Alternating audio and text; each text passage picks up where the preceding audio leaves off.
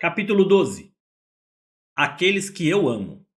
Se quisermos ser como Jesus quando ele retornar, então um de nós vai ter que mudar. Como vimos no capítulo anterior, Jesus diz à igreja de Laodiceia para que compre dele ouro refinado pelo fogo, roupas brancas e colírio para os olhos. Depois disso ele diz: repreendo e disciplino aquele que eu amo. Apocalipse 3,19. É por causa do seu amor que ele nos repreende e disciplina. O escritor de Hebreus explicou assim: meu filho, não despreze a disciplina do Senhor, nem se magoe com a sua repreensão, pois o Senhor disciplina quem ama e castiga todo aquele a quem aceita como filho. Hebreus 12, 5 e 6. Disciplinar significa corrigir ou doutrinar. Castigar significa punir. Na verdade, a palavra grega para castigar é mastigou. Essa palavra aparece somente 7 vezes no Novo Testamento. Em todos os outros locais, a palavra significa castigar fisicamente com um chicote. Nosso Pai certamente não usa um chicote para nos castigar. Contudo, sua disciplina pode ser severa. É por isso que o escritor nos alerta a não desprezarmos a disciplina. Algumas vezes, quando eu estava sendo corrigido por ele, senti como se fosse morrer por causa da dor interior. Mas, ao me submeter, o resultado sempre foi para o meu bem e aumentou a chama da santidade dentro do meu coração. Filhos de Deus. Mesmo os filhos de Deus mais dedicados precisam de correção. Embora Deus possa permitir que outros continuem no erro ou no pecado não detectado, ele não permitirá isso a seus filhos e suas filhas. Assim como um pai sábio nunca iria ignorar as falhas dos próprios filhos, mesmo que venha a fazer isso com os filhos dos outros. Assim, o Senhor não permitirá que os seus filhos continuem naquilo que lhes trará ruína. A permissão em continuar a pecar sem correção ou disciplina é um sinal alarmante do afastamento de Deus. A Bíblia afirma claramente que aqueles que não experimentam sua correção são filhos ilegítimos. Não são verdadeiros filhos e filhas de Deus. Eles podem chamá-lo de pai, mas essa declaração tem origem em uma falsa conversão. Eu tenho pregado mensagens fortes que vêm do coração de Deus e, posteriormente, vi duas reações completamente diferentes. Muitas vezes uma pessoa recebe a correção do pai, enquanto outra permanece intocada, pois não era um verdadeiro filho de Deus. Um incidente aconteceu em uma família. Após eu ter pregado em um domingo de manhã, mais da metade da congregação respondeu ao chamado de arrependimento ao altar no final. O pastor e sua esposa me levaram à casa de um dos membros para almoçarmos após o culto. A dona da casa não parava de comentar como Deus a havia corrigido através de sua palavra durante o culto. Seu semblante deixava evidente que ela havia tido um encontro com o Senhor. O Espírito Santo a havia disciplinado fortemente. Mas, durante a conversa, ela comentou comigo com um ar intrigado. Minha filha falou comigo após o culto. Mãe, aquele homem fala alto e a mensagem dele não faz sentido nenhum. Eu havia percebido quando entrei na casa que a filha dela não era verdadeiramente salva. As palavras de sua mãe simplesmente vieram a confirmar o que eu havia pensado antes. A mãe que amava ao Senhor profundamente recebeu a disciplina, assim como a maioria dos que estavam lá naquela manhã. Mas a filha, que se sentara ao seu lado durante o culto, permaneceu intocada, embora obviamente houvesse insubordinação em sua vida.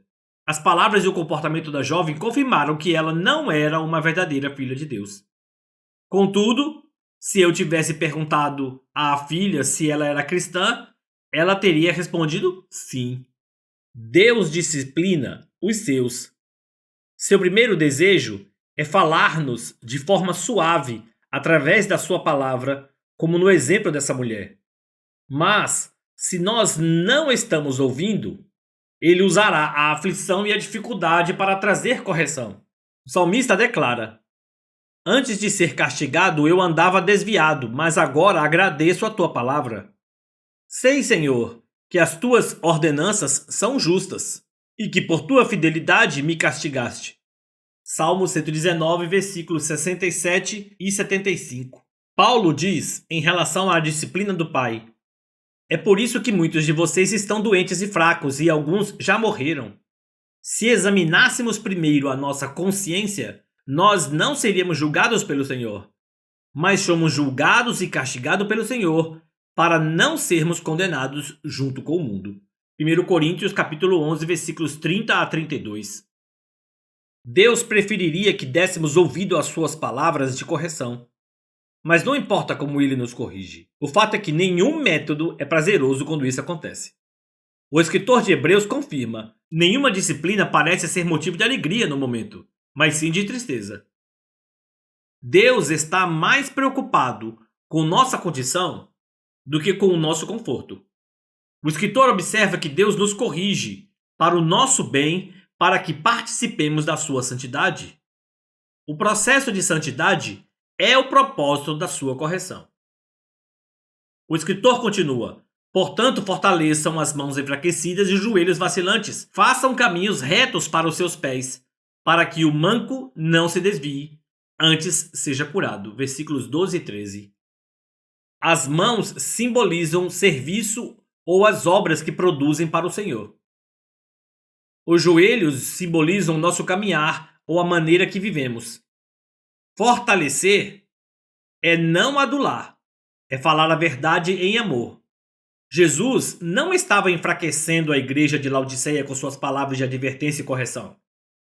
Ele estava dando aquilo que reacenderia o fogo neles. Ele estava trazendo correção para que eles pudessem compartilhar a sua santidade. É claro, isso ocorreria somente se eles recebessem a correção.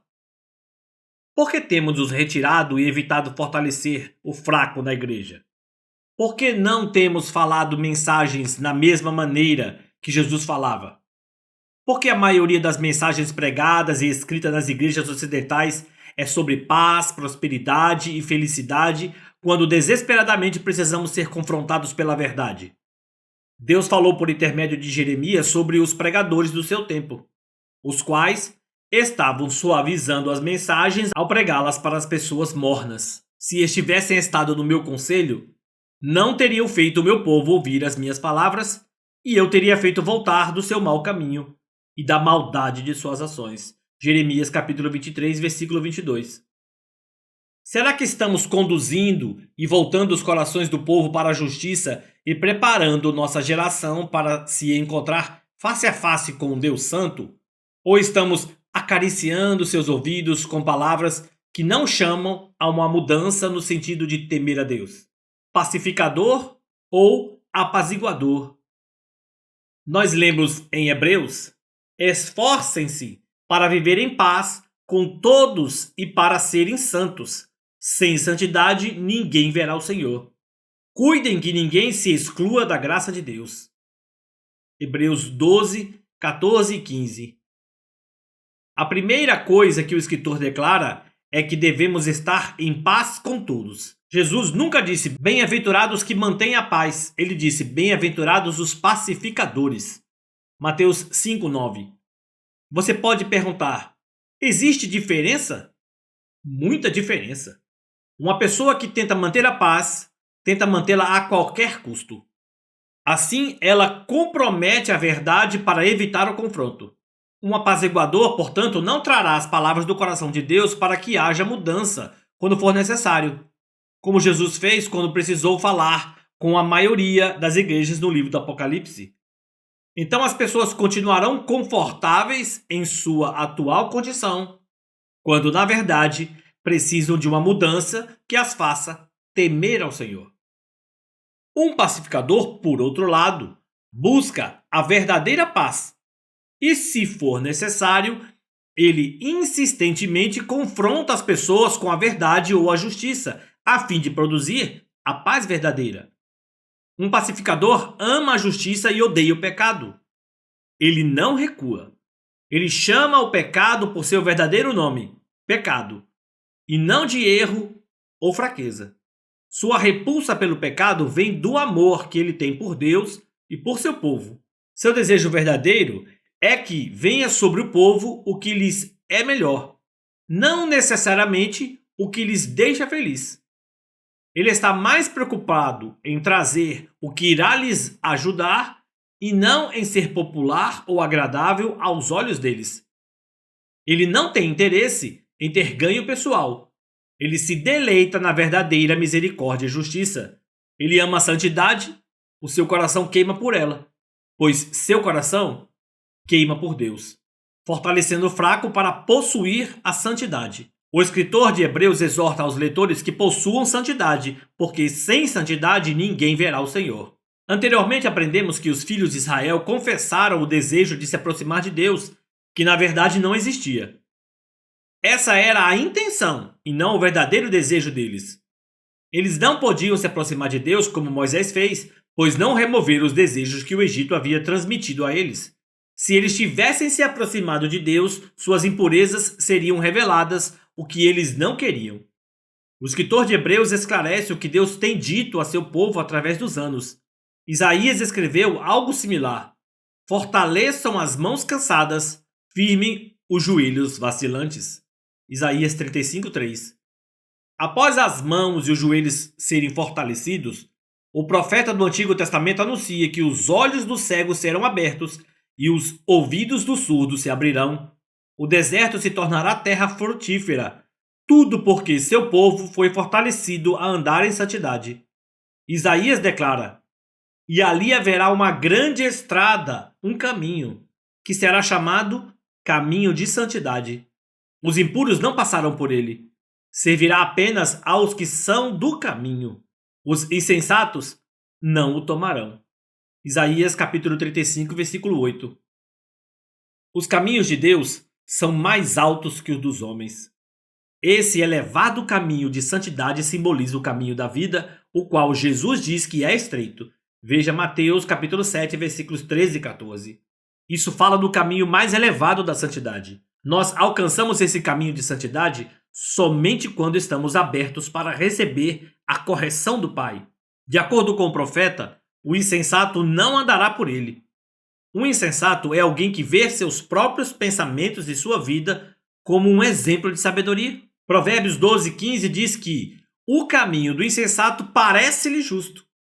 E novamente vemos em Provérbios que o insensato é impetuoso e irresponsável. Provérbios 14:16. Provérbios 18:2 declara que o tolo não tem prazer no entendimento, mas sim em expor os seus pensamentos. Um tolo, ou insensato, portanto, está enganado. Provérbios 14:8 diz que a insensatez dos tolos é enganosa. Os membros da igreja de Laodiceia estavam enganados. Eles acreditavam que eram abençoados e prósperos, mas lhes faltavam as verdadeiras riquezas da vida: caráter, obras de justiça, a capacidade de ver como Jesus vê. As palavras de repreensão, disciplina e correção de Jesus, embora duras, os livrariam do caminho da insensatez e os dirigiria ao caminho da santidade. Ele estava fortalecendo suas mãos cansadas e firmando seus joelhos vacilantes. O caminho para o Monte Sião. Aqueles que hoje não dão ouvidos à correção perderão o único caminho que leva à sua glória. A santidade não vem facilmente. Existe a correção de ser refinado, purificado e limpo. Mas todos esses processos não produzem nenhum efeito se não houver arrependimento. Por essa razão, Jesus disse à igreja de Laodiceia: por isso seja diligente e arrependa-se. Apocalipse 3,19. O verdadeiro arrependimento é uma mudança de mente e da atitude com relação ao pecado e suas causas. Não somente com relação às consequências do pecado. Nós temos aprendido a nos arrepender por causa das consequências do pecado, sem contudo abandonarmos sua natureza. Ser diligente, como Jesus ordenou à igreja, é desejar incansavelmente a mudança da nossa condição atual para sua natureza gloriosa. Vamos diretamente ao ponto. Se nós pretendemos ser como Jesus quando ele retornar, ver 1 João capítulo 3, versículo 2, então um de nós vai ter que mudar. E esse alguém não é ele. Somente por meio de sua correção e disciplina seremos conformados segundo a imagem dele. Isaías diz que aqueles que não permanecerem insensatos e receberem a correção de Deus, serão resgatados pelo Senhor e voltarão, entrarão em Sião com cantos de alegria, duradoura alegria coroará sua cabeça. Isaías 35:10. A referência a Sião é importante. O escritor de Hebreus desenha uma imagem vívida. Vocês não chegarão ao monte que se podia tocar e que estava em chamas, nem às trevas, à escuridão, nem à tempestade, ao soar da trombeta e ao som de palavras tais, que os ouvintes rogaram que nada mais lhes fosse dito. Essa é a montanha sobre a qual falamos nos capítulos anteriores deste livro. Novamente ouvimos o triste testemunho de que o povo de Deus implorou para que ele parasse de falar. Eles rejeitaram sua correção, pois ela expunha seus corações. Que tolos! Sofonias declara a respeito de Israel: não ouve a ninguém e não aceita a correção, não confia no Senhor, não se aproxima do seu Deus. Sofonias capítulo 3, versículo 2. Deus lamenta dizendo: em vão castiguei os vossos filhos, eles não aceitaram a correção. Jeremias capítulo 2, versículo 30. Se eles tivessem buscado santidade, estando abertos à correção e se arrependendo de seus caminhos, então poderiam ter se achegado a Deus na montanha. Nós agora temos a mesma oportunidade, embora não tenhamos de ir a uma montanha visível ou palpável, mas nós iremos a uma montanha diferente, da qual Isaías fala: mas vocês chegaram ao Monte Sião, a cidade do Deus vivo. Hebreus capítulo 12, versículo 22. Ele ainda está em uma montanha, mas não na montanha física chamada Sinai. É uma montanha eterna e ainda mais real chamada Sião. O único caminho é o caminho da santidade. Moisés andou por esse caminho. Ele renunciou ao Egito em seu coração e rapidamente recebeu as palavras de Deus, as quais incluíram correção. O povo de Israel implorou para que Deus não mais falasse, pois eles não desejavam sua palavra, pois ela exporia seus corações e traria correção. À luz de suas ações, somos admoestados. Cuidado, não rejeitem aquele que fala. Se os que se recusaram a ouvir aquele que os advertiu na terra não escaparam, quanto mais nós, se nos desviarmos daquele que nos adverte nos céus. Hebreus capítulo 12, versículo 25. Deus falou na terra a partir do Monte Sinai. Hoje ele fala da sua montanha celestial chamada Sião. Que assustadoras palavras e de advertência ouvimos nessa exortação. Se o povo de Israel não escapou quando Deus falou sua palavra do Monte Sinai, que deveria trazer disciplina e correção a eles, muito menos nós escaparemos se falharmos de darmos ouvidos às palavras que também trarão correção e disciplina quando ele falar do Monte Sião. Os filhos de Israel não quiseram ouvir as palavras que Deus falou em meio à sua glória, pois elas teriam trazido à luz ao que poluía seus corações. E então eles recuaram. Porém, mais tarde, quando Moisés estava no monte, eles criaram um Jeová que lhes falaria através dos profetas somente aquilo que queriam ouvir. Palavras suaves que seriam agradáveis a seus ouvidos e lhes concederia seus desejos carnais. Durante todo o tempo em que permaneceu no cume da montanha, Moisés estava ouvindo a verdadeira palavra do Senhor, que o transformou. Quando ele desceu do monte, sua face brilhava por causa da radiante luz de Deus. Para Moisés, as palavras de Deus significavam transformação. Para os filhos de Israel, suas palavras sacudiram a montanha e o chão sobre o qual pisavam, abalando-os ao ponto de recuarem. O escritor de Hebreus continua: aquele cuja voz outrora abalou a terra, agora promete: ainda uma vez abalarei não apenas a terra, mas também o céu. As palavras ainda uma vez indicam a remoção do que pode ser abalado, isto é, coisas criadas, de forma que permaneça o que não pode ser abalado. Hebreus capítulo 12, versículo 26 e 27. As palavras de correção de Jesus abalaram a igreja de Laodiceia. Eles estavam confortáveis em seu cristianismo. Tudo parecia estar bem, mas a verdadeira palavra do Senhor abalou seus fundamentos. Deus novamente abalará sua igreja e então as nações. O abalo remove o que não está construído sobre um fundamento adequado. Ele remove o que está morto ou não é bom. Ele purifica a fim de que o que é puro e vivo permaneça.